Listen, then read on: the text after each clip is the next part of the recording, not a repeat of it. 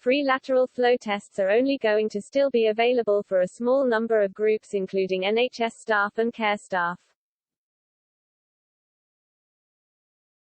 Health Secretary Sajid Javid said that tests will no longer be free for the vast majority of the British public, meaning they will have to pay if they want to test under the new plans. But the government announced today that a small number of groups will be able to still access the tests for free. Even if someone is symptomatic, they will no longer be told to test, instead urged to isolate until the symptoms pass.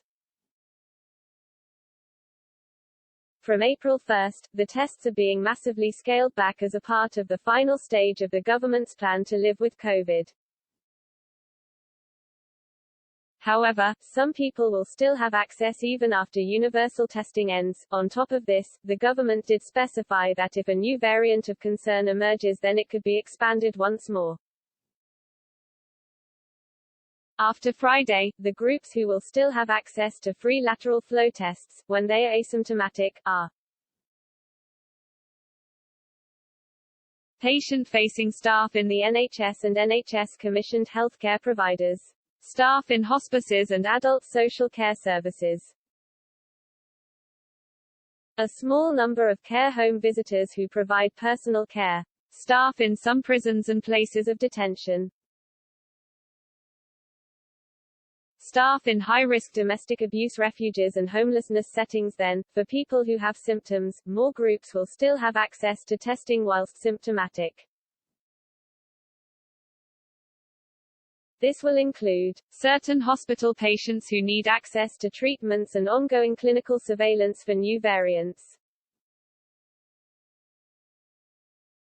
people who are otherwise eligible for community COVID treatments as they are more vulnerable,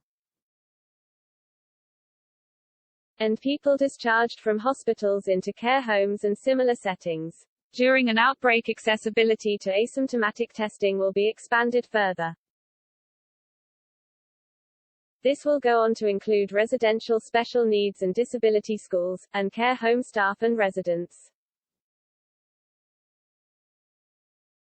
Whilst the above will have access to tests when asymptomatic, there are plans in place to make sure free tests are available for some with COVID symptoms. From now on, people who have symptoms, instead of testing, should try to stay home and avoid contact with other people until any symptoms pass. This includes school children, Mr. Javid said. Thanks to our plan to tackle COVID, we are leading the way in learning to live with the virus.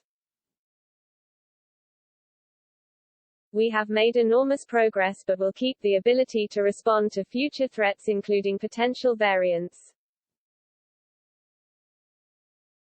Vaccines remain our best defense and we are now offering spring boosters to the elderly, care home residents and the most vulnerable. Please come forward to protect yourself, your family, and your community.